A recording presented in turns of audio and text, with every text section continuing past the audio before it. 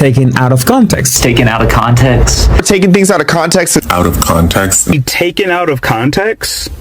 Taken out of context. In the context. We have more context. Out of context. Taken out of context. That is so out of context. Out of context. You're taking it out of context. Now, hey, hold on. So we're going to flesh this out because I don't want nobody saying we don't take things in context. Clipped me out of context. It was out of context. It's hard for your words to be taken out of context. The full context. In a modern day context. Tell me the context. Another important reminder as to why context is so important. So, hello everybody, happy November. I'm Barbara Ann. Welcome back to my channel, Straight Out of Context. Fair use and copyright disclaimer. Okay, so Britney Spears has deactivated her Instagram yet again, but she always comes right back. You know who's famous for doing this with TikTok? Gypsy Rose Blanchard. Britney is also extremely good at saying lies and threatening and using her fan base to threaten her sister, her mother, her own kids. And two things can simultaneously be true. Maybe the conservatorship was a little harsh. Does she need a guardian and a daily caregiver? Absolutely. Does she deserve to make choices over her career, her life, vacation, have money? Sure, absolutely. But being completely free? Look at what that's costing her. She looks the worst state she has ever been in, physically, mentally. And we see and know the signs of that because of her Instagram posts. And for anybody who doubts the abuse and neglect that Sean Preston and Jaden James has had to endure their entire life, just remember their early childhood trauma, PTSD, anxiety, night terrors, and that being documented in their medical records is protected by HIPAA law, the same way Britney Spears' medical records are protected by HIPAA law. But also, remember, she's talked about it multiple times in her own book, having bipolar disorder, abusing Adderall, cocaine, other substances, and alcohol. We've watched her mania from the early age of 16. And yes, simultaneously, two things can be true. The conservatorship may have been a little bit harsh on her. It kept her healthy, safe, and stable. And she also is an abuser herself. Her long domestic violence history against Kevin Federline, against husband Sam Asghari, against both of her children, and over a dozen other individuals in over 25 years, shows and displays her long history of domestic violence, assault, battery, and physical violence. Don't forget, when her sister was very, very young, as a minor child, she attacked her with a knife, and she also attacked her father while he was sleeping on an airplane. But first, I want to do commentary and blind react to all of her voice memos. I'm not going to do the one that's addressed to the court because I have gone over that years ago. Because today, right now, I'm hearing and seeing things a little bit differently than I did at the time she posted these. Okay, so I woke up this morning and I realized that there's a lot going on in my head that I haven't really shared with anyone really. And I've had tons of opportunities, Oprah, interviews, to go on a platform and share hardships or just really anything that's going on in my mind, and I really don't think any of that is relevant. So she starts off with humble bragging that she's been offered a lot of money from big names like Oprah to do a sit-down interview going over her hardships and the things that go on in her brain. But yet she wants you to believe that the money doesn't matter to her. It very much matters to her because she blows through it very recklessly. And she also considers Instagram to be her part-time job. She's monetized. Having 60 to 80 million followers or subscribers on Instagram, can you imagine how much you would make off of the views on those videos alone? So yes, she wants you to believe money doesn't matter, but it does to her. She might be comfortable as far as money goes, but also she blows a lot of money on her vacations every 2 weeks. Flying, her private jet usage, drugs, alcohol, clothes, and overall just having to maintain her lawyer fees and her bills. To getting paid to tell your story, I feel like it's kind of silly. So I'm here, honestly, just to open myself to others and try to shed a light on if anyone out there has ever gone through hardships or whatever it is, just to put a light on it, and so that person doesn't feel alone. And this is a paradox with her because she says she's doing it to essentially advocate, to use her story to advocate, to reach out to other people and to let them know that they're not alone. And yet she still nowhere in these notes actually tells you the truth of what she is struggling with. She wants people to believe that it's not about money, but posting them on her YouTube, on her TikTok, on her Instagram, on her Facebook makes her money. Because I really know what that feels like. I haven't honestly shared this openly too as well because I've always been scared of the judgment and definitely the embarrassment of the whole thing, period, and the skepticism and the cynical people of what and their opinions of what people would actually think. I do think I'm in a place now where I'm a little bit more confident that I can be willing to share openly my thoughts and what I've been through because I haven't really had that outlet to share completely openly for so long. This also is a lie and misleading. She's always had a website, her social media accounts, paparazzi, TMZ, People Magazine, Oprah, Ellen, at her fingertips on speed dial. The amount of connections that Britney Spears has would really shock and blow your mind. She's also on video multiple times, utilizing her cell phone and her social media accounts while she was under a 13-year conservatorship, being one of the biggest pop stars of our generation and still having bipolar disorder, cognitive issues, and having addiction and alcohol issues is what is embarrassing to her. That's why she's never come out and told the truth. I'm scared of judgments, thoughts of other people and what they think or what they may say. And I think it's crucial for my heart and my head to be able to speak openly about it as if anyone else would. Well, the actual conservatorship actually started, I think, 15 to 16 years ago. I was 25 when it started. I was extremely young. Yes, she was extremely young, but she also was married for a second time and had 2 children. She also had been utilizing drugs and alcohol for over 9 years at that point, and the average onset for bipolar disorder is between the ages of 19 and 25. We saw the signs starting at 16 years old. I remember a lot of my friends texting me and calling me, and we were extremely close, and they wanted to see me, but by what had happened, honestly, still to this day, don't know what really I did, but the punishment of my father, I wasn't able to, see anyone or anything, and you have to imagine none of it made sense to me. She often blames her family and her father, but she forgets that her father was never just a sole conservator. Remember, there was other conservators, including a law firm, there was lawyers, there was a caregiver, there was a judge. She also had management that was involved. She also glosses over the fact that she was in a full-blown mania, hallucinating for over 3 days. We watched it happen. You can go back and look on YouTube. There are videos of her in a full-blown psychosis. Literally spoke in a British accent to a doctor to prescribe my medication, and 3 days later, there was a swap team in my home, 3 helicopters, and I remember my mom's best friend and my 2 girlfriends. We had a sleepover the night before. They held me down on a gurney. She means gurney, a gurney. And again, none of it made sense. Literally the extent of my madness was playing chess with, when it was playing chase with paparazzi, which is still to this day one of the most fun things I ever did about being famous. So I don't know what was so harmful about that. She wasn't only in a full-blown mania, aka a manic episode, she was in full-blown psychosis. She doesn't understand how playing chase with the paparazzi is extremely dangerous to other people and other civilians, pedestrians, to her own infant baby. She's not only a terrible driver and has always been, but she doesn't see how she put her own children at risk, their lives. That's child endangerment.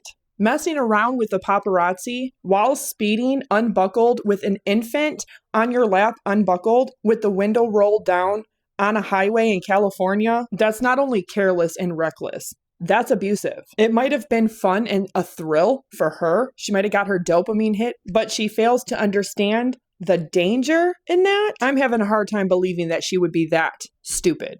But I remember my mom was sitting on the couch and she said, "We've heard people are coming here today to talk to you. We should probably go, to a hotel or something." And I never really understood what she meant. I didn't believe her. Is a lawyer coming here? Who is coming here? Then 4 hours later, there were over 200 paparazzi outside my house videotaping me through a window of an ambulance holding me down on a groomer. I know now it was all premeditated. A woman introduced the idea to my dad, and my mom actually helped him follow through and made it all happen. It was all basically set up. There was no drugs in my system, no alcohol, nothing. It was pure abuse. I would bet her every single dollar that she has that is not true. That the drugs and alcohol that she had in her system was exacerbating her mania, her bipolar disorder, and the psychosis state that she found herself in. And that's likely because if she was taking stimulants, they tend to exacerbate and have that kind of effect on bipolar disorder. But I would bet Britney Spears right now that is a lie. I bet you her medical records and court transcripts would prove that's a lie. And I haven't even really shared even half of it. Why hasn't she shared all of it? She's saying she hasn't even shared half of it. Then why aren't you sharing all of it? That's the point of you doing these memos, right? Is to share your story, to advocate for other people that have mental disability and mental illness, just like yourself. You want other people to not feel like they are alone, but you're cherry picking what you want to say. And even that, you're twisting to fit a narrative. I think the main thing I do remember when it started was my dad's control. He loved to control everything I did. I remember the first day he said, "I'm Britney Spears and I'm calling the shots." And I'm like, alrighty then.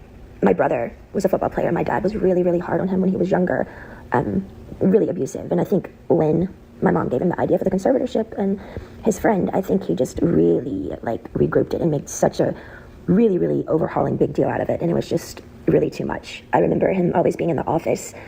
And my girlfriend was his assistant, and they would just stay in there all day with the door shut, and I was never, ever able to leave or go anywhere. Again, not true when she says that she wasn't able to leave or go anywhere, ever. That's inaccurate and dishonest. It's very misleading. Britney Spears has gone and done a lot of things, including a lot of dream vacations. During the 13-year conservatorship, she took vacations all the time, took vacations at least 3 times a year with her kids.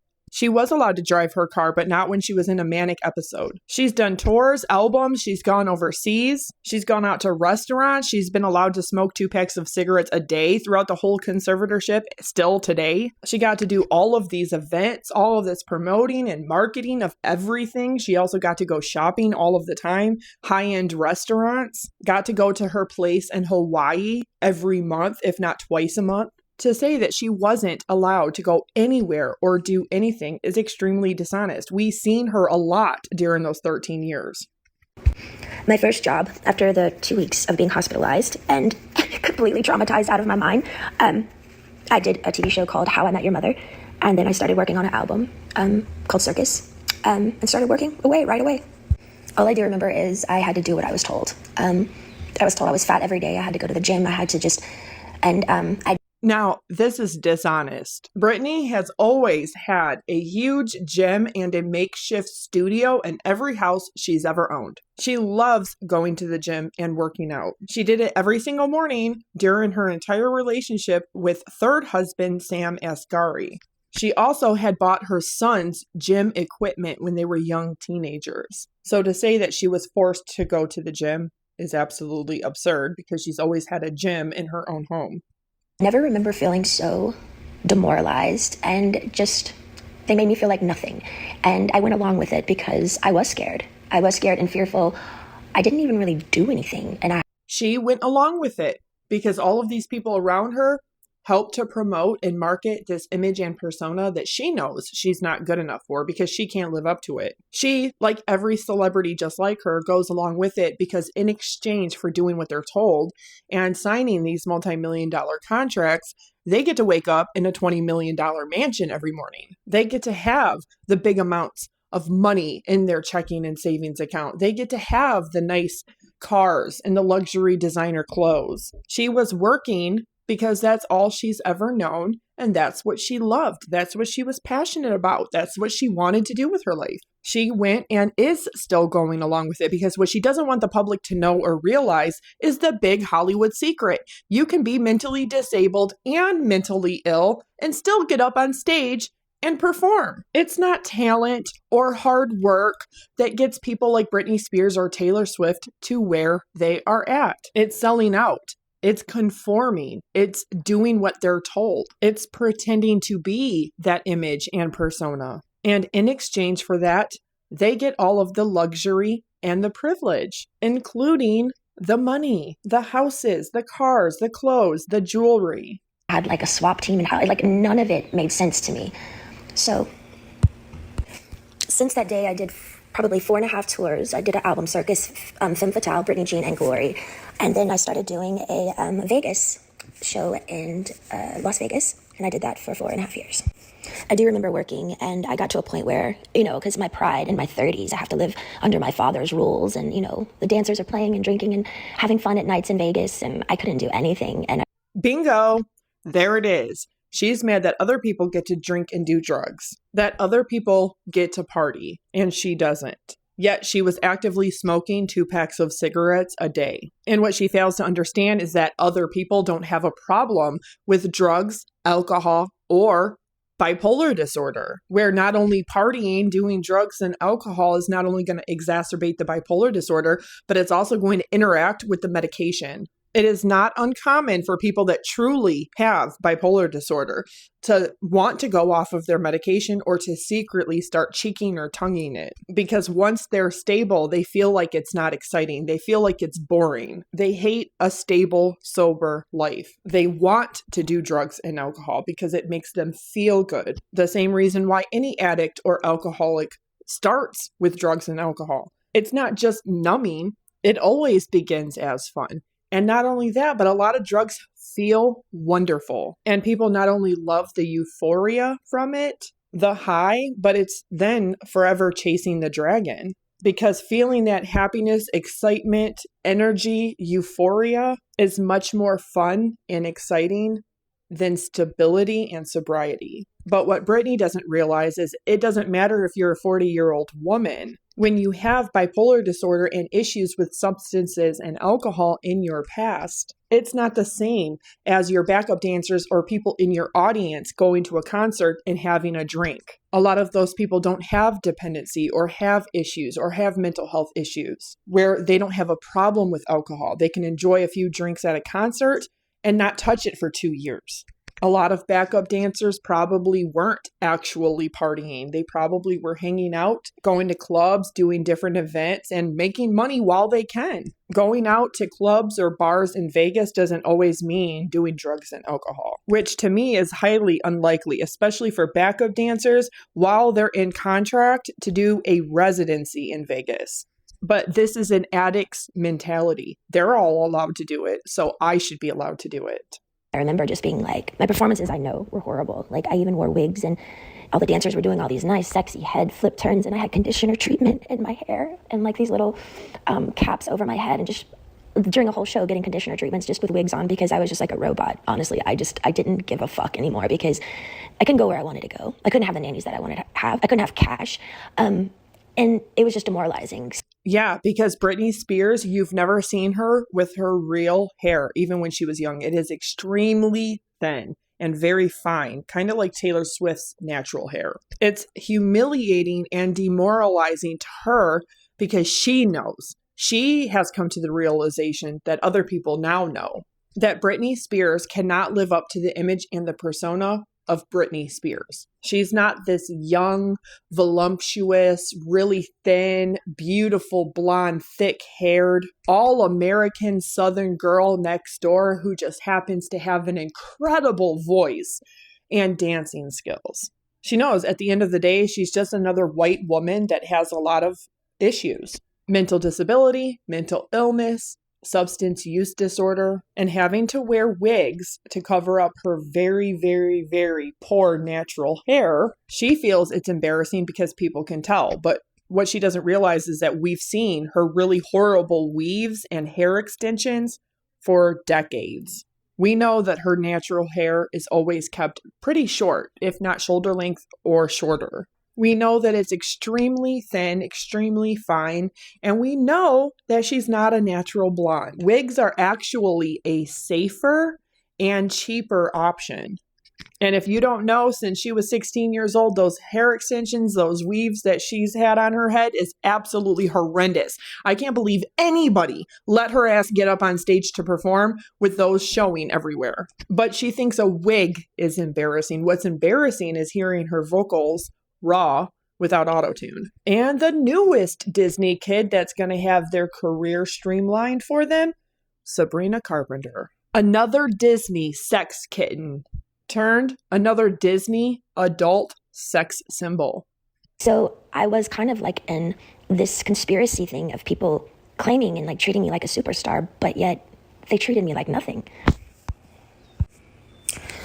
Well, for some reason, I started to get a spark back. I remember recording Glory, and for some reason I think producing and making music, and I went to this little Spanish house, and I got the fire back in my eyes for some reason, and it was at the end of recording Glory, and my son named it, and things started kind of taking a turn because I started getting more confidence just for myself, and I think with confidence, people kind of like, oh wait, what's going on now? Like, she's speaking up a little bit more, but it might not be particularly a good thing if I'd been quiet for 15 years. She was far from quiet. She physically assaulted her father while he was sleeping on an airplane. Not only beating him, throwing plates, but shoes. There's also footage of her from an unreleased music video shoot screaming at her dad that she didn't like her costume. So what does she do? She decides to go completely naked with red body paint and then hates that because she was supposed to dress up as a tiger. However, you can hear her literally screaming at her own father, verbally abusing him, berating him, screaming that she doesn't like it. So being quiet for 15 years is far from the truth.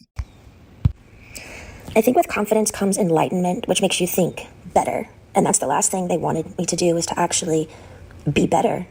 Admitting that there was something wrong for you to get better from, but she's not fully admitting that it's bipolar disorder and severe addiction issues.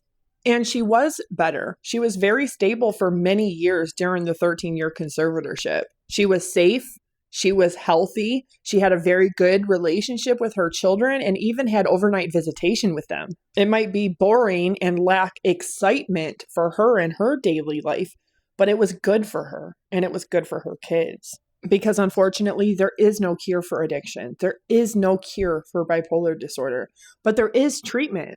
However, she is not free from critique or criticism because even though she has mental disability or mental illness, she still has to be accountable for wanting treatment, for wanting to be stable, for wanting that.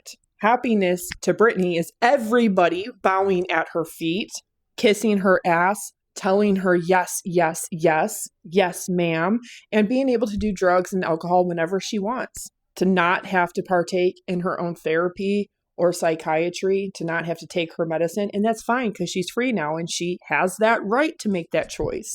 What she doesn't have the right to do is abuse her children, two spouses, her family, to lie on them, to defame them. Because then who would be in control then? But it was really tricky because I had to just play this role that everything was okay all the time. And I had to go along with it because I knew they could hurt me. What this is really about is the fact that she knows the truth could hurt her. It not only hurts her image, but it begs the question, why is she getting paid millions of dollars from Sony, RCA, Lou Taylor, forced labor of somebody who is mentally disabled and mentally ill? She knew that if the truth got out, it's not only going to rip open Hollywood and the music industry, but that any shred of legacy that she has is over and done. It would be completely exposed. Even people like Elvis Presley, Janis Joplin, Marilyn Monroe, Michael Jackson, all people who were once talented, consumed by alcohol and drug addiction, no longer able to not only perform, but to sing. A hollow, vapid, empty shell of what they once were. And Elvis Presley started dabbling in drugs when he was 24. Britney was even younger. And it's no secret that Britney Spears largely lip syncs in almost all of her performances since she was a teen. So I'm sitting here, like, my friends all drinking alcohol and having fun in these parties and had no cash. I literally felt like a nun. That's it, right there. The truth comes out. She wants to be able to drink and do drugs because she feels like everybody else is able to drink and do drugs. But the problem is other people don't have the mental illness and the drug addictions that she does. Drugs, and especially alcohol, cannot be taken with the majority of mental health psychiatric medications. And not to compare to other people because they may be able to have a glass of champagne and not touch it for 5 years. They don't have those issues. But that also tells you where her mind is at. Her mind is that she wants to be able to drink and do drugs and not take her medication. And that's her reason and her justification for her being able to do that because everybody else is doing it. Well, just because everybody else in the world is screaming free Britney doesn't mean that it's the right thing to do. Doesn't mean that I'm going to go and do it. Because yes, I certainly believe that she deserves to have freedom. She deserves to have choice. But I do also believe that she needed a caregiver. She needs somebody who is there 24/7 to be able to help take care of her because of her mental disability and mental illness. My girlfriends from home came to visit me in a spa, and I couldn't even walk into the spa. And they had their feet doing pedicures in the water and the 3 ices of bottles of champagnes before my show just sitting there. And there it is again, her fixation on alcohol. It doesn't matter if the alcohol is there and whoever else may or may not be drinking it. Britney Spears has a mental illness, and she also has struggled with alcohol and drug addiction. She was also on medication for bipolar disorder, so drinking alcohol for her is not necessarily a good thing, even if she feels like that's what she wants to do. Yeah, she has the freedom to do it, to make those choices if she wants to, but at the cost of what? Her mental, physical health, safety, and well-being. And what we have been seeing for the last couple of years is the result of exactly that. I wasn't even acknowledged by them, my own hometown friends, when they would come to Vegas. And it was just, it was demoralizing, I will say. You also have to understand it's like, 15 years of touring and doing shows, and I'm 30 years old under my dad's rules. So let me get this straight. It was demoralizing to her because her hometown friends came to her show and ignored her, but yet they came and watched your performance. How are they ignoring you if they're traveling all of that way from Louisiana to Vegas, watching your performance? They don't get in the way of your rehearsal. They don't get in the way of your dressing room. They don't get in the way of your performance. But they're ignoring you after doing all of that travel to be there at your performance. That doesn't sound right at all. That's like being at a concert and saying that I completely just turned my back and ignored the concert. This is now becoming problematic because she's now blaming people who have gone above and beyond out of their way to not only come and see her, but to support her. And she's lying. I don't know if you know this, but Britney Spears has a very steep history of blatantly lying. And all of this is going on, and my mom's witnessing this, and my brother is witnessing, and my friends are witnessing it, and they all go along with it. And I'm like, they all go along with what exactly? Other adults are allowed to make the choice to drink responsibly at a concert in Vegas if that's what they want to do. Britney Spears has a long history of mental health issues, medication, substance use and alcohol disorders, being on bipolar medication, being on stimulants. So she really has to stop comparing what other people are doing to justify, reason, and condone away what she wants to do. Sure, a lot of people want to smoke, drink, and do drugs, but they don't because they know that it's a problem for them or it interacts negatively with their medications. They also don't want to put their children, their staff, their dancers, their studio musicians, their family, their friends, their loved ones, their spouses in harm's way or at risk because of the erratic, impulsive, negative, bad behaviors that follow making the choice to do drugs and drink. How am I the one working here and doing all this, but I don't get the side things that, the good stuff, I want to be able to play. I want to be able to have fun. Like, none of it made sense to me. Again, pushing 50, her idea of playing and having fun is doing drugs, illicit street drugs, and consuming large quantities of alcohol, which is fine, but it's also not normal. That's not normal behavior for a mother of 2 adult children to think, have always thought that way. Playing, partying is the one thing that's on her mind because that's the one thing she wanted to continue was the negative bad behavior, but she was being stopped from doing that. And that is likely because her doctors told her that alcohol interacts negatively with her medications. Well, the last show in Vegas ended 2017. I went on tour, which of tour I was forced to do, but I was supposed to do a new show. So the new show came along. I rehearsed, I think maybe 4 days ago. I don't really remember, but I went to one of the rehearsals and I said no to a dance move. I was like, no, can we do that? I don't want to do this. And then I just remember everything got really weird and quiet and all the directors and producers went in the back room and just spoke. Notice it's not her dad that's in control. It's the producers, the managers, the directors, the tour managers. They're the ones that went into a room and all spoke. And it's not because she said no. It's because she had a manic episode and a fit over something so simple and small, like a dance move she didn't like, which is very common for her. There are videos of her doing exactly this, because this is also a legal liability for the directors, the managers, Sony, RCA, Caesar's Palace. And that was it. And I was like, well, I don't know what's going on. So we all just kind of like, you know, what happened? And then the next day, I was told that I had to be sent away to a facility, and that I was supposed to say on my Instagram the reason why is because my dad is sick and I need treatment, which was, I didn't want to ever go there. I remember my dad calling me on the phone and I was crying. And I was like, why are you guys doing this? Like, what?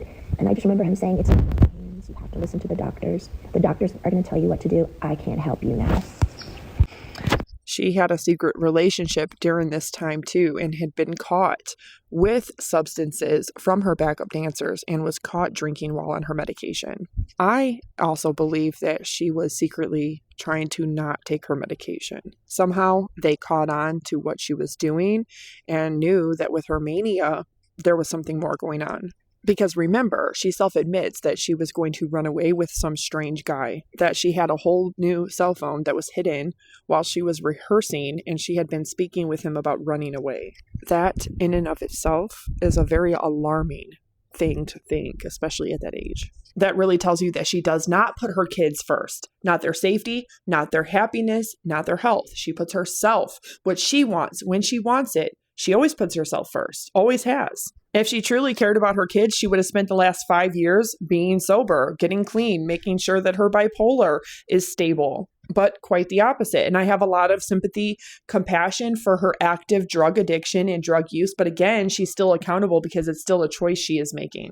And the tragedy is, it's not her dad. As she just said, it was the doctors who were telling her she can't drink, she can't use illicit drugs while she's taking her bipolar medication. Remember, it's the directors and the managers and the producers that went into a room and had decided this. Not her dad, because her dad was sick and almost died after having multiple different surgeries, after battling cancer. He recently had a leg amputated. He also struggled with alcohol throughout his entire adult life. And I truly do, in my heart, pray all the time for Britney. And I pray that she's able to make the choice to do what's hard, not what's easy, not what's right, not what she wants, for temporary self-satisfaction and gratification, but that she's able to find the strength to make the choice to get herself better. And the true tragedy is that she has so much wealth, connections, fame, money, endless amounts of power to be able to get the best help that is available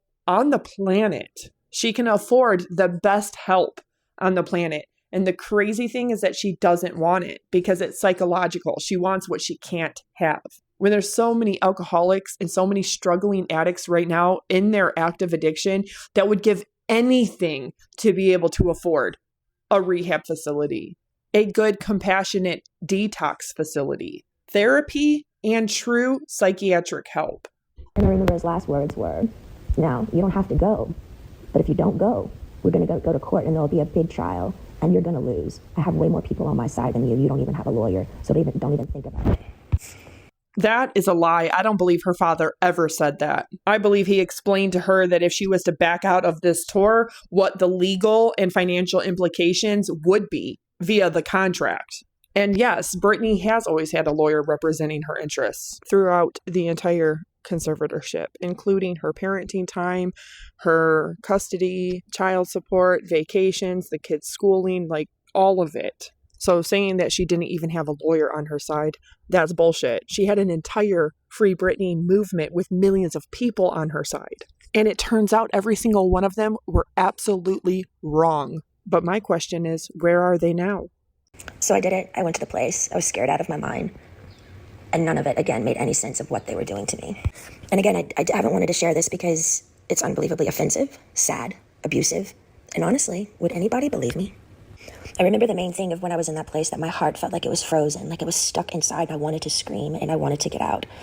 And I think by a needle and thread, it was the breathing peacefully inward that I missed the most. I felt like I was in a state of shock, almost like when an old person feels helpless and they're literally going through some sort of shock treatment and they... That's also very misleading, very dishonest, and misrepresenting elderly people. Elderly people don't undergo shock therapy. Mentally ill people do for a treatment. It's hard to know what is the truth when she doesn't show her medical records or even little portions of it to back up anything that she's saying. But it's really also hard to believe anything that comes out of her mouth when she lies so much. So what is really the truth? What is abuse? What is not abuse? What is her? What is not her? What is her fault? What is not her fault? Because we have seen some of the most domestically violent, some of the most physically violent, some of the most erratic, impulsive, dangerous, unsafe, reckless behavior from Britney and nobody else but Britney. But it somehow is everybody else's fault. And then when she can't blame her family or her dad because they're not there, she blames the industry. Can't relax their body because they don't have the answers of why they can't have their own keys to their car and put it in the ignition and walk outside, and their own security guards at every door saying they can't go, sitting down, drawing 6 galls of blood every week. 6 vials of blood every week. And even that is not standard. They only need 1 a week to test for lithium. Lithium is only used short term for up to 6 months at a time in combination with other medications. It's used to first and foremost stabilize bipolar disorder, to then use another medication long term to keep that stability. But testing every week is crucial to make sure that lithium overdose doesn't happen. And they do that by testing the blood every week. That is the sign of good psychiatrists, good nurses, good physicians, good medical care, responsible medical care. But like all medications that have sometimes extremely rare adverse effects, lithium also comes with very rare adverse effects. And that's why they are testing the blood every week to make sure that that does not happen. Weak as hell. And then calling, and my family is in Destin at my beach house. It didn't make sense. The main thing, I to this day, I kind of stopped believing in God at that time because I didn't know how they could have 40 people leave my house a day and me work from 8 to 6 at night. Be seen changed every time I changed in the shower. No privacy, no door, nothing. That's really rich coming from somebody who likes to go naked for a living and chooses to put this of her masturbating on Instagram. Somebody who's been smoking 2 packs of cigarettes her whole life, her whole adult life, and doing this to her own body. Her knee is busted. Her leg is purple. That foot has been broken twice. She humps public bathroom walls. She deserves privacy, yes, but she also makes it everybody's problem to see her naked against their will on Instagram for years, in music videos for years. Nobody is forcing her to do that. She's choosing to do that. But now it's abuse and a problem. Yes, she absolutely deserves to have privacy. She deserves to have a shut door when she is showering and all of those things. But she has never been a modest, classy person. I mean, Britney Spears was extremely young when she really lost her virginity. She was extremely young when she started dabbling with drugs and alcohol. She was extremely young when she started over-sexualizing and hyper-sexualizing herself. So maybe when you treat yourself that way, you teach other people that that's what you like, that's what you want, and that's appropriate for them to do also. That doesn't justify the lack of privacy, but it's also sending people some really mixed, messed up messages. And a lot of this, I would say, is probably due to her addiction and her mental illness. But again, she still, as a full-grown, middle-aged woman, makes the choice to put this on the internet. You cannot convince me or try to gaslight and manipulate me that the very next morning after a binge, when she wakes up sober, that she doesn't know and see all of this. And that's why she horrendously has a habit of habitually posting and deleting, posting and deleting, posting and deleting, I think because it is embarrassing. However, she has been doing this since she was a teenager. She also has never set those boundaries for other people, for the public, for audiences, for fans. In fact, quite the opposite. How did they get away with it? And what the fuck did I do to deserve that? I couldn't even smoke cigarettes. People on death row can smoke cigarettes. Actually, that's not true. Maybe 40 years ago, if they were able to convince an officer to get them a pack of cigarettes and smuggle it in, a lighter or matches, but paraphernalia, it's not given to people on death row or regular inmates. Smoking is not only a very dangerous and deadly choice to make, nicotine is one of the most addicting drugs on the planet and one of the hardest habits to break. Smoking cigarettes is not only a privilege and an expense that most people cannot afford, especially at $11 a pack a day, an average of $80 a week, and almost $400 a month. But in the last 40 years, no, people on death row and in prison systems are not smoking cigarettes. Sure, maybe in interrogation videos you see law enforcement officers or detectives giving somebody a cigarette or a smoke. But once you're in jail, once you're in prison, once you're on death row, not in the last 40 years. They've even denied people that are to be executed having a cigarette with their last meal. So she's very much misled into believing that she's more abused than people on death row. I missed my AA meetings. Although I was kind of forced to go to AA, and I'm not even an alcoholic, I actually enjoyed it because I thought the people were brilliant. They shared their stories just to share their story, and in a circle of women and men who just are trying to be better people and trying to touch other people. I missed my AA meetings. I couldn't go in. I couldn't have the keys to my car, no cash, no cigarettes, no door for privacy. It changed me, watched me change naked every day. I did work 7 days a week. No weekends were off. They monitored what I ate. From 8 to 6 I work. Sometimes at 9 o'clock I'd be able to watch a movie. Finally, the owner of the whole facility that I was always texting to try to be able to go somewhere, just get out of the house, that place somehow, he had to let me go because the Free Britney campaign came out with all the pink t-shirts. I saw it on a lot of the morning shows, and people by word of mouth, and I think just by my fans knowing by heart that something was up. I remember one of the guys were on an interview on the street, and he said, you know what, I could be totally wrong, and if I'm wrong, I'll be really, really embarrassed, and I'll just go have a drink somewhere. He said, but I do feel like they're doing something to her right now, and I'm not surely what it is. Again, alcohol on the brain. I have checked every single morning show and looked at all of this footage, and I have never been able to find that man who said that. Nothing even close about being embarrassed, and I'll just go have a drink somewhere. Sure, the Free Britney people were hoping that they were wrong, but they also thought that Britney Spears was being held against her will, that there was a clone, that the real Britney died, and that there's a clone in her place today in 2025, which is not far from the truth. She was under a conservatorship. She may have been in a mental health psychiatric hospital against her will, but for her mental, physical, emotional safety, she needed to be stabilized. And unfortunately, Britney has proven time and time again in the last 3 decades that she is unable to make that cognitive choice positively and proactively for herself, nor is she able to participate in positive and proactive choices for herself. Her medical records, her children's medical records with post-traumatic stress disorder, early childhood abuse, anxiety, night terrors. It has to be severe for you to not even have supervised visitations with your babies, with your children, with your teens, with your adult children not talking to you or seeing you in 5 years. Free Britney supporters may believe that they have the whole truth, but the thing is, conspiracy does nothing but give her more excuses to condone and justify her own bad behavior.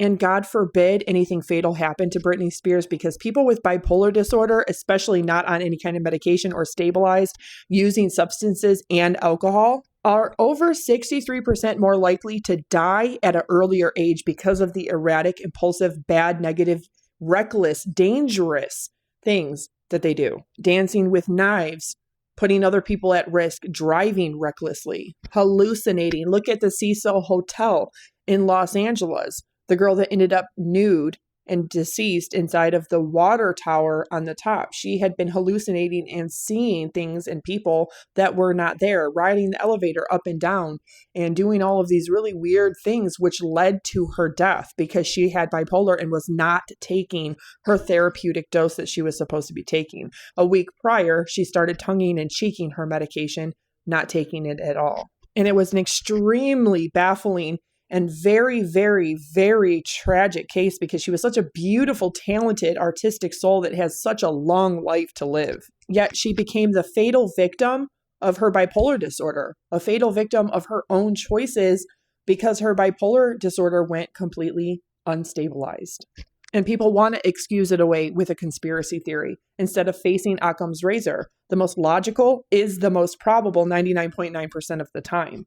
Aliens didn't come from the sky and do these things intentionally to abuse Britney Spears. The industry wants her stable and wants her well because she's of no use if she can't work. But her paradox is that she also can't make money for herself and continue her luxury and her privilege without working. And Britney Spears truly needs the industry more than the industry needs her. There are millions of beautiful, banging-ass-bodied, talented, hardworking, very aesthetically pleasing people out there who will get on stage and do what they're told, who are not only good, but great at singing and dancing, can do both night after night after night, and will gladly take the spot of Britney Spears. So I do believe that it is the most likely that we're not getting the full truth from Britney. Of course she wants to project and deflect and shift blame, because then she doesn't have to actually face a lot of the truth, and that is her own choices, words, actions, and behaviors. She doesn't have to be accountable for herself, and she doesn't have to be accountable or face consequences for those actions, words, choices, and behaviors. And that is the tragic part, is that she has so much fame, wealth, connections to be able to utilize it in the best way possible that so many millions of people struggling don't have. And yet she doesn't want it, and she psychologically rejects it. I pray that changes, and I pray that God truly gives her the strength to make the hard but best choice for herself. Her mental health, her emotional health, and her physical health. But that's what my heart says. But the whole thing that made it really confusing for me is these people are on the street fighting for me, but my sister and my mother aren't doing anything. To me, it was like they secretly, honestly liked me being the bad one, like I was messed up, and they kind of just liked it that way. Again, suggesting that something is very wrong with her, that she was, quote, messed up, unquote, that there was something wrong mentally, and that they believed and felt that the conservatorship was the best thing for her. You can't fault or blame a mother and a sister who was only a very, very small minor child when all of this began for not only having no power, control, money, fame, or wealth like Britney does, but for believing in the truth and wanting what is best for her, even if she doesn't like it. That is extremely telling that there was something more going on than what people are privy to even now, or that what she wants to really admit to. She wants to paint it as her little sister, who is over 10 years younger than her, or her mother, or everybody else is to blame. But then she also blames her father. But then she also blames producers, directors, her brother, her ex, all of her friends from her childhood, but never herself. Well, it can't be everybody else's bad except for perfect little angel Britney Spears. The same person who made the choice to lose her virginity and start dabbling in drugs and alcohol when she was barely double digits. And sure, there is a level of blame and culpability there on both of her parents and her older brother, who had the responsibility to watch her and make sure that was not happening. Otherwise, why weren't they outside my doorstep saying, "Baby girl, get in the car, let's go"? I think that's the main thing that hurt me. I couldn't process how my family went along with it for so long. And I mean, almost half a year, you know? And their only response was, "We didn't know." I'm like, I'm on the phone telling you right now, I'm here, please. Eventually, by the grace of God and praying on my knees, I left the place. And yet she told everybody she's an atheist after pretending to be a virgin and a Christian and a good Southern girl for over a decade. After her breakup with Justin Timberlake, she even was converting over to Judaism. And yet she says that she doesn't believe in God, that she's an atheist, and that God wouldn't allow her father to do the things that he did. So I highly doubt the last time that she was in a psychiatric hospital for 5 months that she was praying, because she said before that is when she lost all of her faith in God, and she's an atheist. So this idea that she's praying is a lie. She wants the people that are listening to believe that it is destiny, that it is fate to get her out of the conservatorship, and that happened through the power of prayer. But also, she doesn't remember the fact that God is not responsible. She smites God in God's name for what her father did. But God didn't do those things. The same way God isn't responsible for what Britney did to her own children. Everything in Kevin Federline's book was not only blessed, but given permission by both of their sons. And yes, the anxiety, the night terrors, the PTSD, the early childhood trauma that Sean Preston and Jaden James has endured is in their medical records. Maybe one day they'll show some of it. But how would they ever, when they are sent death threats by Free Britney people, and Britney Spears is literally daring them to say a word on her Instagram captions, intimidating them so much that a normal 20 and 21-year-old can't even have a normal social media because of their mom, because of her fans, because of Free Britney. That's bizarre to me that she not only allows that to happen, but that she weaponizes it. But trying to gaslight and manipulate with God, with religion, with prayer is just really awful to me. I really dislike that. But I was still scared. I was really, really scared. And from then on, I had support. I needed a lot of support. And I found two really, really great people that would come to my house weekly and just help me with my mind. Because she truly has a mental disability and mental illness and addiction issues that she truly needs help with, suggesting that there are issues much, much deeper, and the truth is much, much deeper than what people really know. She's telling you without telling you just how severe and how really bad her mind truly was, and how much help she truly needed, how much support she truly needed. And remember, she's telling you that she needed this level of support while under the conservatorship. The thing that is psychological with this is that she didn't want the therapist and the psychiatrist when she felt like she wasn't making the choice. It's psychological to want what you can't have and to seek what you can't have, just for the simple fact that you are denied it, for the simple fact that you are rejected it. Certainly not because she didn't need the help. She needed the help plus some that she wasn't receiving. But if you listen very closely, she's telling you the truth, woven in the gaslighting and the manipulation. Because I didn't understand all the therapy that I had to do there. But why have therapy when it's forced and in like a militant, almost prison-like way that like is where you're not even all there, and none of it made sense. So she is also telling you that she hasn't always been all there mentally, that she doesn't like participating in her own mental health issues under the conservatorship because she felt like it was forced on her. She felt like it was militant style because they would come 3 times a week. I think this ultimately comes down for her to control and choice. And if she had her way, she would be in control over the choice to be able to do drugs and alcohol and not take medication, not see a therapist, not see a psychiatrist. She's going to be one of those people that live into her 60s or 70s and still want to be like a 16-year-old, wanting to party, do drugs, and drink. And chasing those things is hollow and vapid, and you're never going to find fulfillment or self-happiness ever when you're chasing alcohol and drugs. So in one breath, she's telling you that she needs a higher level of support and therapy, and that she found 2 really great people to come to her house multiple times a week. And then in the other breath, she's saying that she hates therapy because it's militant style. Yes, to be consistent, you have to meet with a therapist on a regular basis. You have to keep those appointments. You have to participate in those appointments. You also have to do that with a psychiatrist, and you have to take your medication. You have to get into the routine of it. I'm sure it is not exciting. I'm sure it's boring. I'm sure it's dull. I'm sure it's not what she wants to be doing.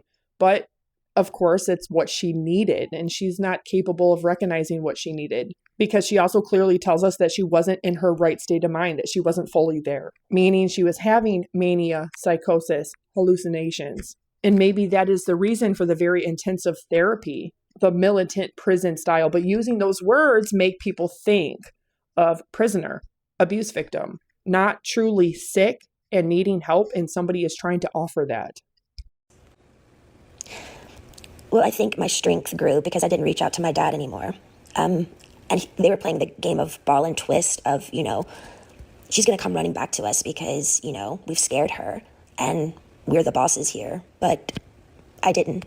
I just stalled, and I stalled, and I stalled, and I stalled. And finally, I think they just knew I wasn't going back. Now, separate going back to a psychiatric facility where she needed help and going back to work for the industry, to make new music, to tour. Notice very closely how she's utilizing her words very selectively. She's not stupid. She understands what she's doing. But she's also inadvertently giving us a whole lot of truth that she doesn't realize she's alluding to. And I finally got a lawyer. A wonderful friend finally got me a lawyer. And he really helped me through it. To me, the thing was, I think the trauma of all of it and just the whole thing together and going down to how much effort and work and heart I put into what I did when I did work, even down to the details of how many rhinestones are going to be in my costume. And I cared so much. And they literally killed me. They threw me away. That's what I felt like my family threw me away. And now she is simultaneously conflating two things: going back to work and not wanting to go back to work, about the industry with managers, with Sony, RCA, with producers, directors, and then on the other side, her family, who also, it may be noted, that not only her own children, but that her brother, her sister, her mother, and father all gave up a lot for her to pursue her career, not only as a Disney star, but her music, her performance career.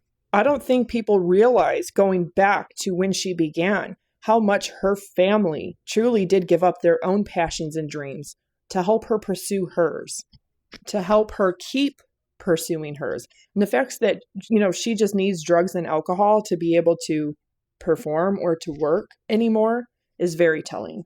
It's not about passion and love. It's about her wanting to feel the way that she thinks drugs and alcohol are going to provide her with, and that she won't perform without it. Because when she hasn't looked good and she hasn't performed very well. And that's sad, because I think that her family gave up a lot. Her brother and her sister, they gave up their careers, their passions, their loves, the things that they wanted to pursue, to be able to let their parents be there for her, to support her as a Disney kid, to support her music career, to support her recording, to support her dancing constantly and being in the studio and in rehearsals. And we all know how completely complicated family dynamics can be. That doesn't mean that they're not also responsible for a huge level of abuse or neglect. But I have a hard time believing that it's just this one-sided thing where everybody is in cahoots to abuse Britney. Because the same exact logic can be applied to her with her two children. Is she always in cahoots to hurt them? Because that's what she does. And she does it so great by socially and globally humiliating them via Instagram. When Sean Preston and Jaden James should be normal 20 and 21-year-old young men, having the time of their lives, posting for their friends on social media, posting their hobbies and what they like to do and their music. But they have to stay away from social media because of her, because of how she weaponizes Free Britney, how she weaponizes her fans, and the way that she intimidates and threatens her kids. She knows good damn and well that they have more than just the few leaked videos, and that they have a multitude of photographs that could be very damning to her. I was performing for like thousands of people at night in Vegas, the rush of being a performer, the laughter, the joy, the respect. I was shaking over 40 people's hands every night before a show, training weekly, 3 training sessions a week, AA meetings, therapy sessions. My dad literally, I was a machine. I was a fucking machine.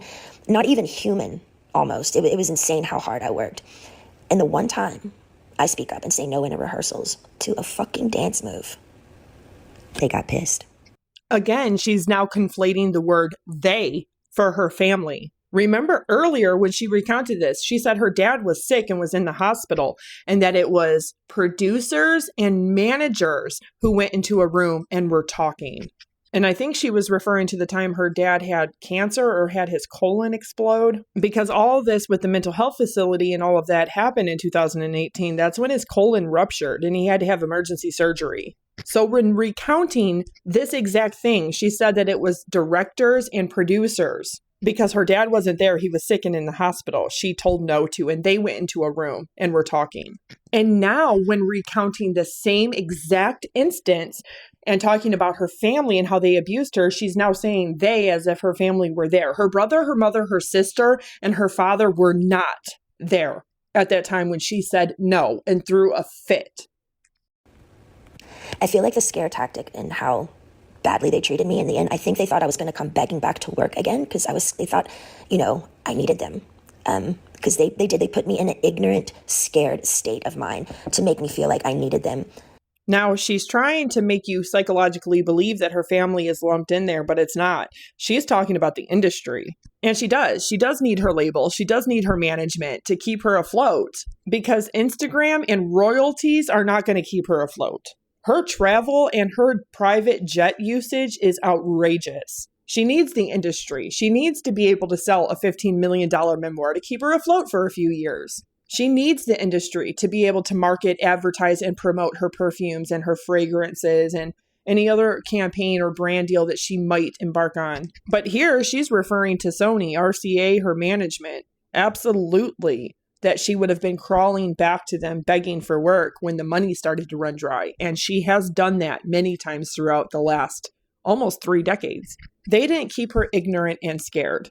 They've kept her secrets. Because as long as she worked and performed, she gets paid millions of dollars. She gets to live in a luxury house. She gets to have cars. Nothing ever to worry about as far as financial. And they not only keep their star pop star, but they also keep her image, her persona, her master recordings. They got to recoup all that money they put into her career in advances so many times for every album, every tour, every red carpet performance, campaign, or brand deal. But they also protected her by keeping it secret that she's mentally disabled and mentally ill. Because God forbid if anybody knew the truth, that Britney Spears is not even the Britney Spears that you have been made to believe that she is. She knows it. We know it. The industry knows it.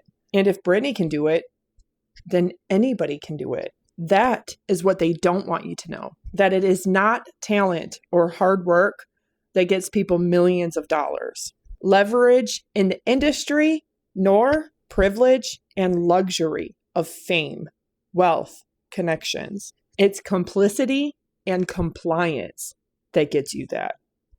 And if you don't do what we say, we're going to show you who's boss. And who is boss? Because certainly her mother, father, brother, and sister don't have that kind of leverage. Lou Taylor, RCA, Sony has that kind of leverage to say, we're the boss and you're going to do what we want you to do. When you signed this $25 million contract, you are going to abide by the stipulations in it. She's talking to the industry. She's not talking about her family. I didn't play their game anymore. I got on my knees every day and I prayed. I held on like a needle and thread to some sort of existence because they had made me feel like nothing for so long. I knew in the deepest part of my core, I knew I'd done nothing wrong and I didn't deserve the way I'd been treated. I do think the hardest thing for me was I wanted to use my feet and leave and run or go somewhere. I had to be placed in a chair from like 8 to 6 every day. I couldn't take it. I talked to rabbis. I've talked to grown men about it. And they're like, we don't see how you did it. Honestly, I don't either. And through that, I remember saying, I don't believe in God anymore. I honestly deserve an award for acting like I was okay every day. I thought they were trying to fucking kill me. But nobody has killed her. Nobody's tried to kill her. The only thing that's come close is her drug and alcohol use and her erratic driving by herself. I remember one time I was backstage and I needed my inhaler. And I opened up to my assistant because I had my phone with me, which I'm not supposed to have my phone underneath the stage. But I said to her, you know what I'm doing. I was talking to a guy and he wanted to just leave the country with me. We had it all set up to just leave. And it was a secret relationship. And I said, my biggest fear was, what would my dad do if I did do something wrong? What if I left the country? And what if they found me? And what would they do? And I said, I feel like they would lock me up or something or really hurt me. And she looked at me and she said, are you kidding me, Britney? Your dad would never do that to you. You know, first of all, she's a grown woman. She can talk to and do whatever she wants. But it's very weird that she says she's having a secret relationship, that she's going to run away. And yet they did it anyway. But she's conflating two different things because she didn't run away to another country with some strange man who she doesn't know, which is very reckless and dangerous. But when she was put in a mental health facility, it wasn't her father that forced it. Britney is the one that had to sign her own medical records, her own medical papers and discharge papers. She ultimately had to make that choice. Now she's saying it was against her will. And she also conveniently leaves out the other story about she did it for her kids. But she also mentions having her inhaler. Well, if she wasn't smoking 2 packs of cigarettes a day since she was 17, maybe she wouldn't have to have an inhaler. And what the hell is any respectable singer doing smoking that much? If you cared about your voice and your one tool, your one instrument, you wouldn't abuse it in that kind of way. But again, that goes back to the oral fixation. I've talked about that multiple times in videos. And I didn't even do anything wrong, and he still did it. I'm honestly more angry at my mom because I heard when reporters would call her at the time and ask questions of what was going on, she would go innocently hide in the house, and she wouldn't speak up. It was always like, I don't know what to say. I just don't want to say the wrong thing. We're praying for her. I feel like she could have gotten me a lawyer in literally 2 seconds. My friend helped me get one in the end, but every time I made contact with a firm, my phone was tapped, and they would take my phone away from me. And again, I get nothing out of sharing all of this. I have offers to do interviews with Oprah and so many people, lots of money, but it's insane. I don't want any of it. For me, it's beyond a sit-down proper interview. I had no contact in that place for so long, and my heart would just want to stand up in my family's faces and scream and cry and throw a tantrum and go back in time and do exactly what I wanted to do at those times. Yeah, and might even spit in their fucking faces. Why? Because the pain my family gave me, sitting me there all day and not being able to use my feet, as they watch their grandchildren run bases to base in a family neighborhood as if I'm dead or I don't exist, honestly makes me look up and say, how the fuck did they get away with it? How is there a God? Is there a God? Giving 8 galls of blood weekly, not being able to stand up. I was so weak. And my family's at my beach house. I was scared, broken. I'm sharing this because I want people to know I'm only human. I do feel victimized after these experiences, and how can I mend this if I don't talk about it? I have an amazing song right now with one of the most brilliant men of our time, and I'm so grateful.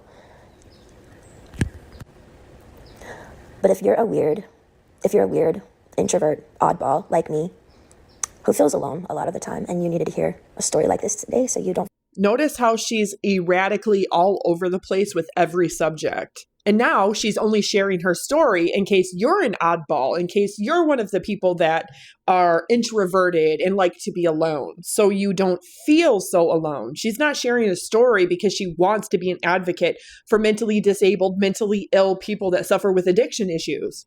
As she just said, she's not sharing her story because she wants to be perceived as a victim or a survivor or an abuse victim, because she wants to advocate for other abuse survivors and victims. So when you really pay attention to a lot of the things that she says, it doesn't really make any logical sense. But one thing I do know for sure is we are not getting the full truth and the absolute truth. She likes being alone because she doesn't want people to catch her while she's actively using or drinking. Feel alone? Know this, my life has been far from easy, and you're not alone. So I woke up this morning and I honestly feel like I just have a lot to say and I have a lot to share with. Yes, I do have a therapy guy that I talk to, but he's only available certain times of the week and usually once a week. And I think in my head, it's really crucial for me to feel like I can share. And if it's the dumbest thing in the world that I do is share on my Instagram my thoughts. But here's the thing. She's not sharing on Instagram her thoughts. She's sharing threats, intimidations, nude photos, videos of her dancing erratic with dog shit, pacifiers, cigarettes, gum, cell phones, dancing with kitchen knives, drinking constantly, either nude, having nip slips, no underwear, no bra. It's abusive, it's inhumane, it's demoralizing, and it's embarrassing for her adult male children. And she's been doing this since they were very young, minor children. If it's dumb, so be it, because I honestly feel like it helps me. Like 3 years ago, I used to do AA meetings. I was never able to miss any meetings. Most of the girls would choose their meetings, and sometimes they go and sometimes they wouldn't. But the way my dad made it for me, I had to go no matter what. I couldn't miss any meetings, and I couldn't even choose the meetings I went to. So it felt forced. Yeah, and somebody needs to force her ass now. If her sons can't do it, who the fuck is ever going to get through to her if her own children can't get through to her? So I haven't been back in a really long time. Number one, because when you're forced to do something, it's kind of like you kind of don't want to go back there and do it. But I secretly did like going. Again, she's conflating work, which she was contractually and legally obligated to fulfill, and private medical and therapy appointments. I liked hearing the people's stories, but the problem was I had hours and hours of week where I just sat there in silence. They were always like, do you want to speak? Do you want to speak? And I never got up to speak because I perform and stuff, but my heart, I'm very introverted and shy. If you told me to get a microphone and get up and talk, I would literally probably crawl in a hole and cry. So I obviously have a lot going on in my brain of just like being in a recluse and being shy and not being able to open up. So this morning I woke up and honestly, I just had a couple of things I wanted to say.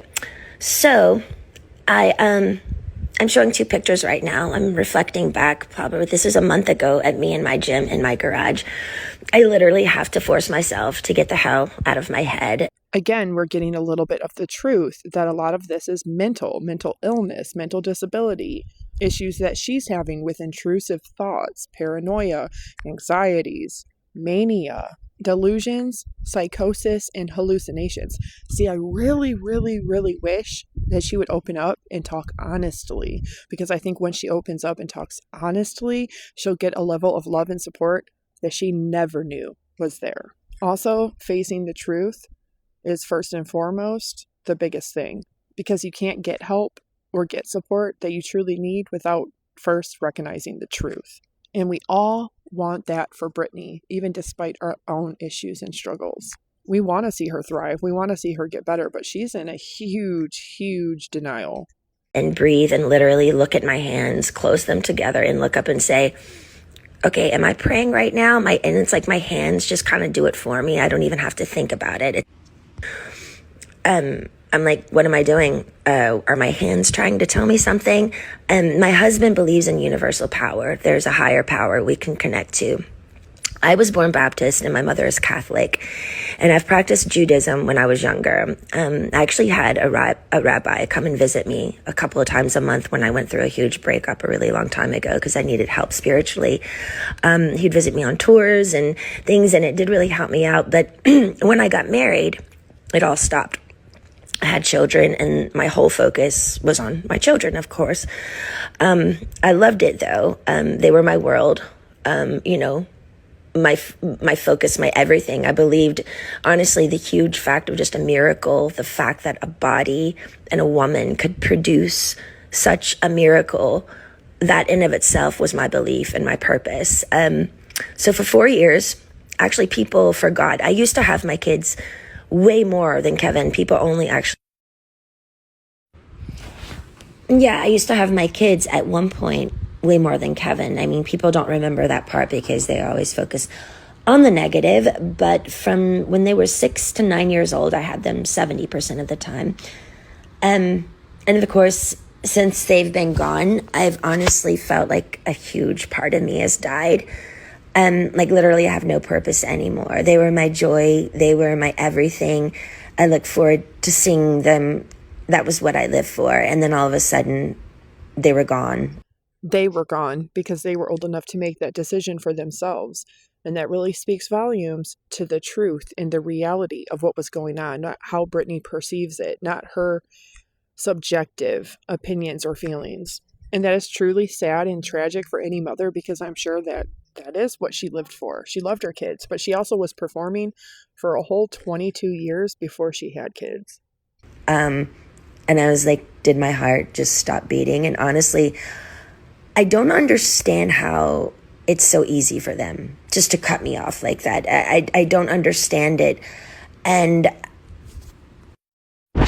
so yes, I do basically communication with horses. It's called quarantine therapy.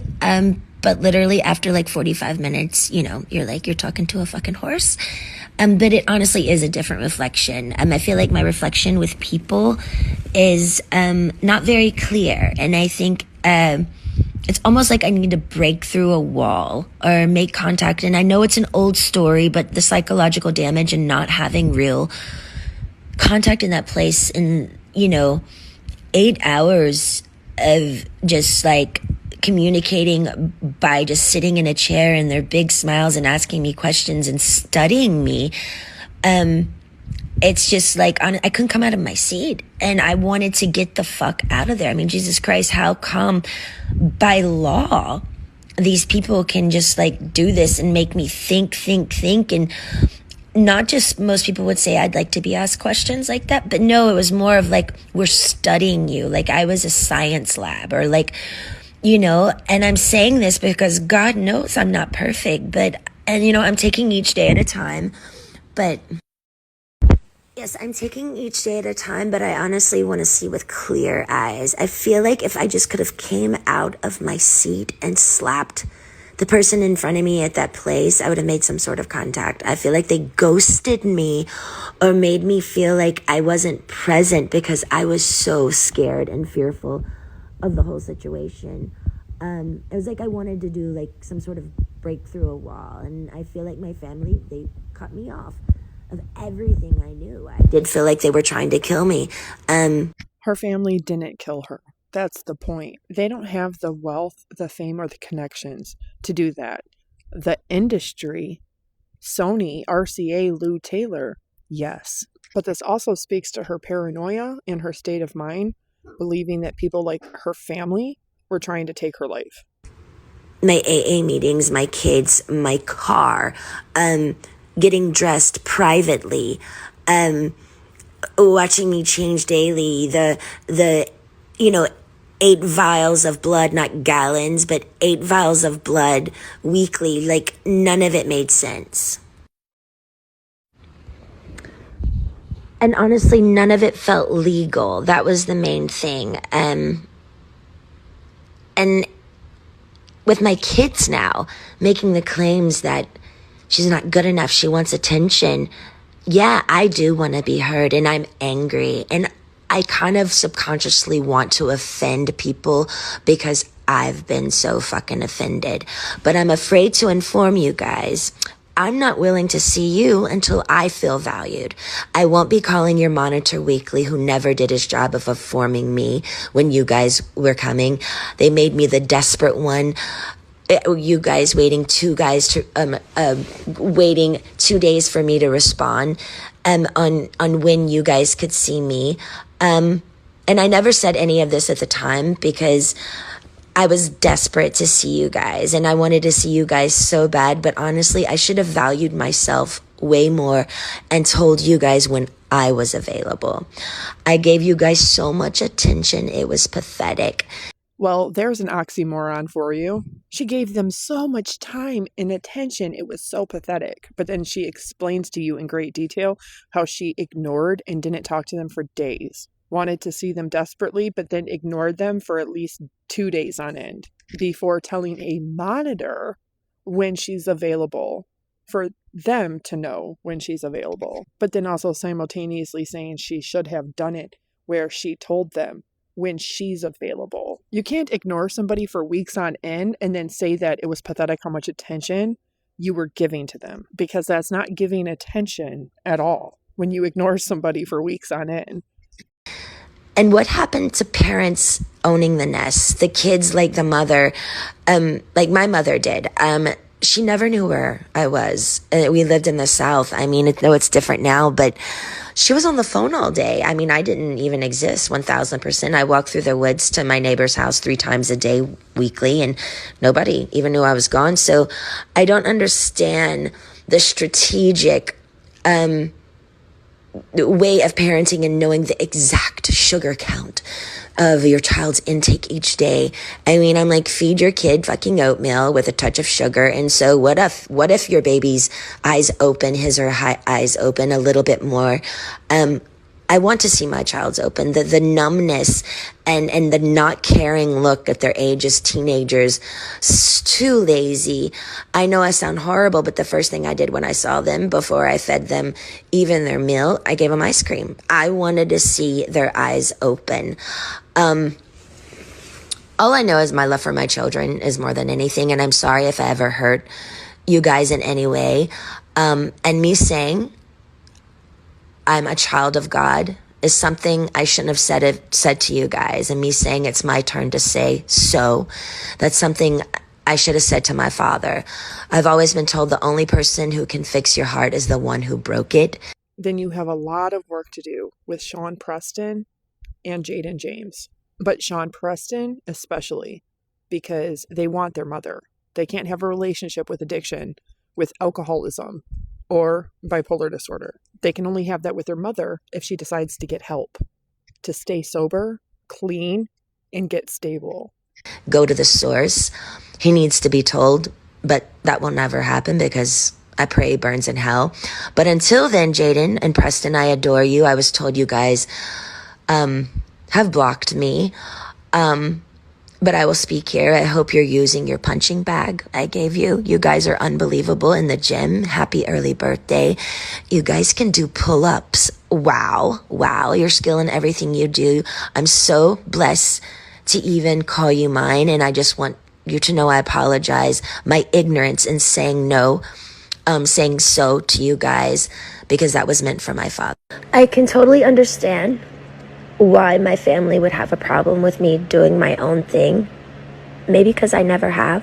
I'm sure it is a little bit different and a touch lighter, me not being responsible for 3 18-wheeler trucks with tour equipment and thousands of people to be responsible for on tour, and Dad and my Robin in the corner of every room I've had to be in for the past 20 years. So Jaden, as you undermine my behavior just like my whole family always has, with I hope she gets better, I will pray for her. Pray for what? I keep working so I can pay off Mom's legal fees in her house? Do you guys want me to get better so I can continue to give your dad 40 grand a month? Or is the reasoning behind you guys deciding to be hateful is because it's actually over in 2 years and you don't get anything? I will say it. I sat in that kitchen and looked you straight in the eyes, beautiful boy, and said, how come I can't see you guys anymore? Or just see you guys more? I look forward to seeing you guys weekly. You said, Mama, oh, it'll change. You and your brother left me in that house always 2 hours early. Which tells you that it hasn't changed. It's just gotten to the worst point it could get. And we're talking about the very sensitive topic of her children. But her children are always going to be her children and are always going to love her. But she's running out of time. Preston would sleep. You would play the piano the whole time. And if I didn't shower you guys with gifts and have amazing food ready and play a motherfucking saint, it was still never good enough. That one time I asked you, looking straight in your eyes, I want to see you more. You called your dad. I never saw you again. I didn't do anything wrong, and I know I'm not perfect, but the love I've given you and how much I adore you and your diplomatic ways, speaking like Pawpaw, self-entitled, this can be fixed, I will see her when she's better.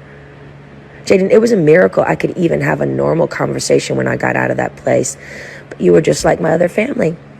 You secretly loved looking at me as something was wrong with me.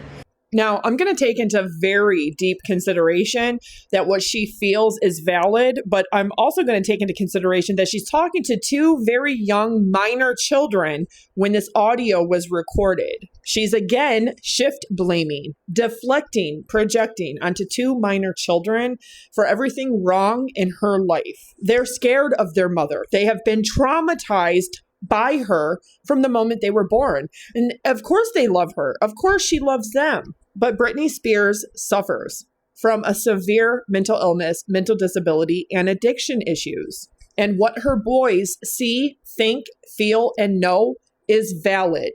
A lot more valid than her trying to gaslight the public by putting this on a public platform. Because this, make no mistake, is for the public. She could have just called them, talked to them, sat down with them. She could have apologized directly to them. But no, she's trying to gaslight everybody else into believing her children are the problem. And she gets away with it because she is a rich, famous, white woman. And it's not uncommon for people to look at male children or minority female children as if they're adults. Her children are the victims.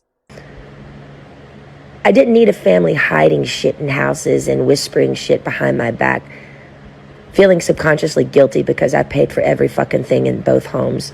I needed unconditional love and support, but guess what? The whole twist of it all, which would have made a little bit more sense, I was in the greatest state I'd ever been because I was actually able to speak up 100% and say no.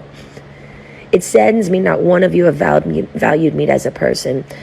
You've witnessed me how my family has been to me, and that's all you know. Like I said, I feel you all secretly like to say something's wrong with me.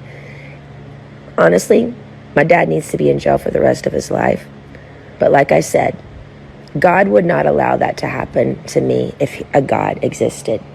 I don't believe in God anymore because of the way my children and my family have treated me.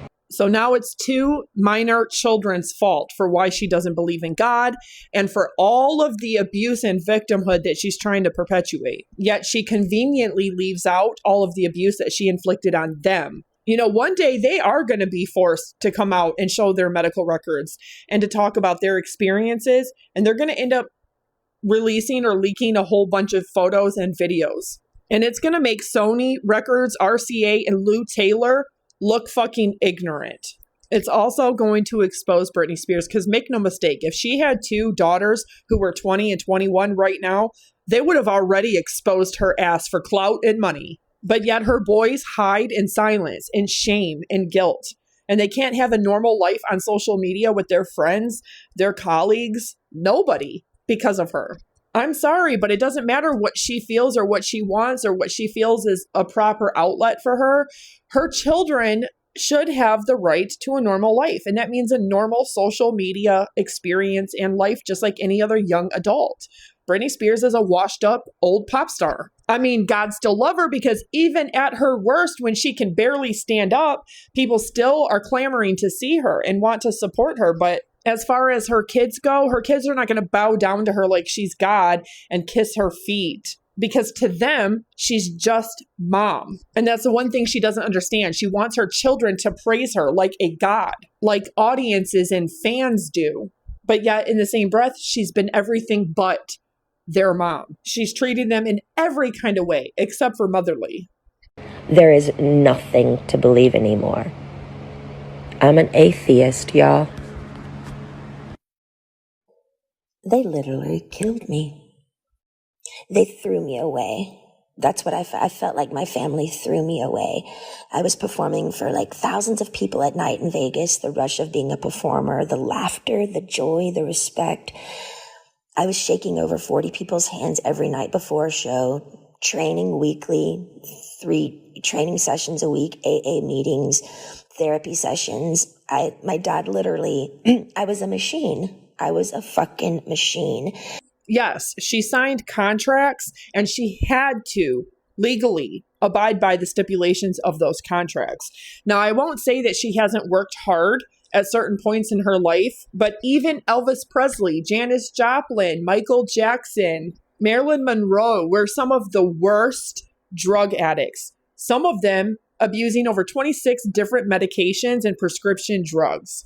Not even functional, yet they still got on stage and tried to pull it off. And you can feel free to look up any of those. But if you look at a lot of their tours, especially Vegas residency or even Taylor Swift's Eras tour, yeah, it went on for over 2 years. But you look at the dates, she had 1, 2 dates, maybe 3, and then she had 18 days off. That combined with rehearsals doesn't even equal a 40-hour-a-week job. Yet they're disproportionately getting paid millions and millions of dollars. So she can blame her dad for that, but she's the one that signed the contracts. She's the one that decided when, where she would work on music, what tours she was going to do, signed all of the paperwork. She's the one that agreed to the 4-year Vegas residency. And nobody is trying to take away the fact that she has worked hard, that she has done a lot of amazing performances in her past. But the abuse comes in when the law, when the court, when the conservatorship allowed somebody who is mentally disabled and mentally ill sign contracts. Because by the very laws regarding mental health issues such as Britney has, she's not able to consent to those things. She's not able to be a performer and a pop star. It's brought her too much stress, too much anxiety, too much pressure that she can't live up to. And it's something that she clearly hasn't liked doing since she was in her early 20s. And you can tell because a lot of her performances from that time when she got married for the second time and started having kids, the passion was gone. Not even human, almost. It was insane how hard I worked. And the one time I speak up and say no in the rehearsals to a fucking dance move, they got pissed. I feel like the scare tactic and how badly they treated me in the end, I think they thought I was going to come begging back to work again because they thought, I needed them. Because they put me in an ignorant, scared state of mind to make me feel like I needed them. And if you don't, do what we say, we're going to show you who's boss. I didn't play their game anymore. I got on my knees every day and I prayed. I held on like a needle and thread to some sort of existence because they had made me feel like nothing for so long. I knew in the deepest part of my core, I knew I'd done nothing wrong and I didn't deserve the way I'd been treated. I do think the hardest thing for me was I wanted to use my feet and leave and run or go somewhere. I had to be placed in a chair from like 8 to 6 every day. I couldn't take it. I talked to rabbis. I've talked to grown men about it, and they're like, we don't see how you did it. Honestly, I don't either. And through that, I remember saying, I don't believe in God anymore. I honestly deserve an award for acting like I was okay every day. I thought they were trying to fucking kill me. I remember one time I was backstage and I needed my inhaler. And I opened up to my assistant because I had my phone with me, which I'm not supposed to have my phone underneath the stage. But I said to her, you know what I'm doing. I was talking to a guy and he wanted to just leave the country with me. We had it all set up to just leave. And it was a secret relationship. And I said, my biggest fear was, what would my dad do if I did do something wrong? What if I left the country? And what if they found me? And what would they do? And I said, I feel like they would lock me up or something or really hurt me. And she looked at me and she said, are you kidding me, Britney? Your dad would never do that to you. And I didn't even do anything wrong, and he still did it. I'm honestly more angry at my mom because I heard when reporters would call her at the time and ask questions of what was going on, she would go innocently hide in the house and she wouldn't speak up. It was always like, I don't know what to say. I just don't want to say the wrong thing. We're praying for her. I feel like she could have gotten me a lawyer in literally 2 seconds. My friend helped me get one in the end, but every time I made contact with a firm, my phone was tapped and they would take my phone away from me. And again, I get nothing out of sharing all of this. I have offers to do interviews with Oprah and so many people, lots of money, but it's insane. I don't want any of it. For me, it's beyond a sit-down, proper interview. I had no contact in that place for so long, and my heart would just want to stand up in my family's faces and scream and cry and throw a tantrum and go back in time and do exactly what I wanted to do at those times. Yeah, and might even spit in their fucking faces. Why? Because the pain my family gave me, sitting me there all day and not being able to use my feet, as they watch their grandchildren run bases to base in a family neighborhood as if I'm dead or I don't exist, honestly makes me look up and say, how the fuck did they get away with it? How is there a God? Is there a God? Giving 8 galls of blood weekly, not being able to stand up. I was so weak. And my family's at my beach house. I was scared, broken. I'm sharing this because I want people to know I'm only human. I do feel victimized after these experiences. And how can I mend this if I don't talk about it? I have an amazing song right now with one of the most brilliant men of our time, and I'm so grateful.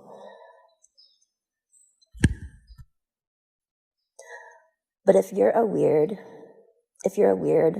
introvert oddball like me, who feels alone a lot of the time, and you needed to hear a story like this today so you don't feel alone,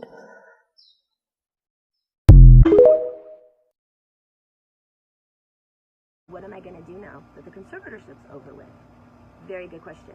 I've been in the conservatorship for 13 years. It's a really long time to be in a situation you don't want to be in. And there's the truth. She just didn't want to be in the situation. And it's understandable that she would feel that way. But maybe she can't reconcile that it was good for her. It kept her sane, stable, healthy. It kept her a mother to her kids. It kept her able to work, to function, to live. So I'm just grateful, honestly, for each day and being able to have keys to my car and being able to be independent and feel like a woman. Getting an ATM card, seeing cash for the first time, being able to buy candles. It's the little things for us women, but it makes a huge difference, and I'm grateful for that, you know? It's nice.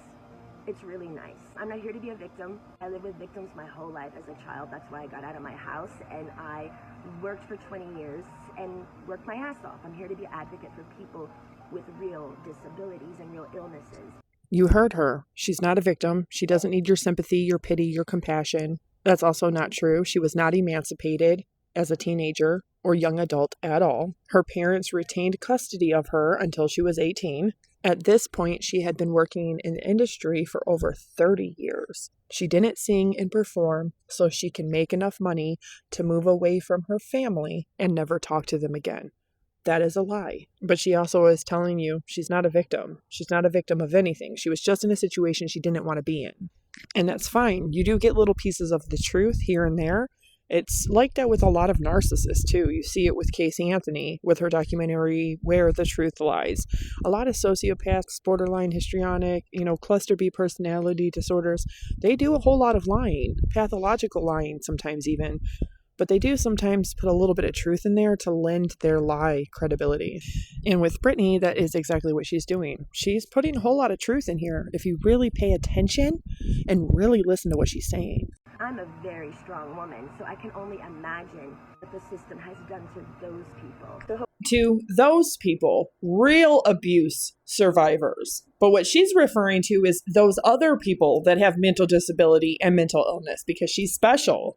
She's a pop star, remember? She's famous. She's worth millions. She lives in a mansion, walks red carpets, wears a whole bunch of diamond jewelry, blinged out with gold and designer clothes. But again, she's acutely aware that she's only human and that she's imperfect and that her life has been just as hard as anybody else's and that money doesn't buy you happiness.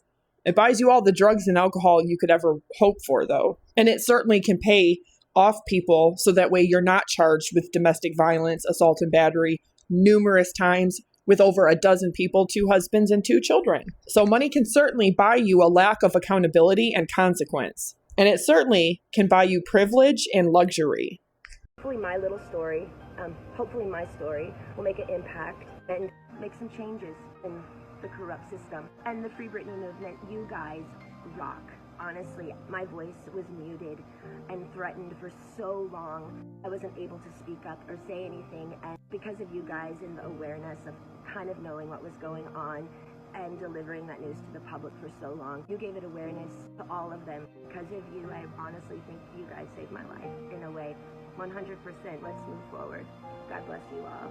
We're going to have a good year, good Christmas, and rock on. Of course she likes the Free Britney people. Her voice was never muted. She used her voice all the time, on stage, on albums, on tours, on social media, on interviews, on the red carpet, during her entire 13-year conservatorship. But she likes the Free Britney people because they gave her what she wanted, not what she needed. And yes, she does deserve to have freedom of choice, freedom to have control over her money, over decisions. But she certainly still needs a guardian and a daily caretaker.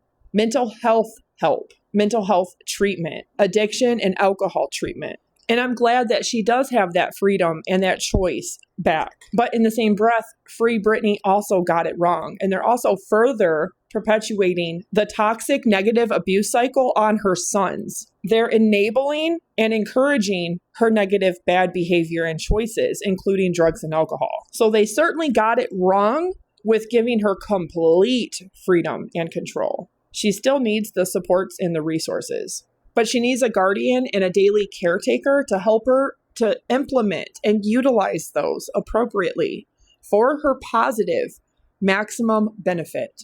And we're just not seeing that. And I tell you, I'm one of the very few people on planet Earth that truly does love Britney Spears. I grew up with her. I've watched her entire life and career. I remember her debut. I remember her trials and tribulations and her struggles because I also had trials and tribulations and struggles right alongside her. And I pray for her endlessly and relentlessly. And I have nothing. And she has seemingly everything. I want her better. I want her to make the choice to get better. I want her to be around for a long time, and I want her to be here for her grandchildren, because I just know in my heart that she's going to have granddaughters. And I know that God is going to give her a chance to be in those babies' lives, and that she is going to get a level of joy, love, and happiness that she's never imagined. And I truly believe that with the right mental health help, with the right choices, that she can be here for a very long time to come. Whether she ever gets on stage and performs again or not does not matter to me. I want to see her healthy, happy, and safe. I want her to have forgiveness, to make amends. I want others to make amends with her. I want her to have her family, and I want her to have her children. But she's also not free from critique or criticism. In fact, with her immense fame, wealth, and connections, all the more reason that she should be a positive role model. But she needs to start with honesty and transparency. And if and when she ever does that, the amount of love and support and respect that she's going to get will be tenfold compared to anything she has ever witnessed, experienced, or had. And I truly do believe that she can advocate for mental disability, mental illness, and addiction issues like she has. And I truly pray that God gives her the strength to be able to be honest and transparent, to be able to be that advocate, to be able to forgive and to seek forgiveness. Because true healing for me, for you, for Britney Spears can only start with the truth. And I truly pray for love, healing, and light. Amen. Thank you so much for watching. Thank you for your time. Please like and share. Don't forget to smash the subscribe button. And I will see you all on the flip side. Have a great night.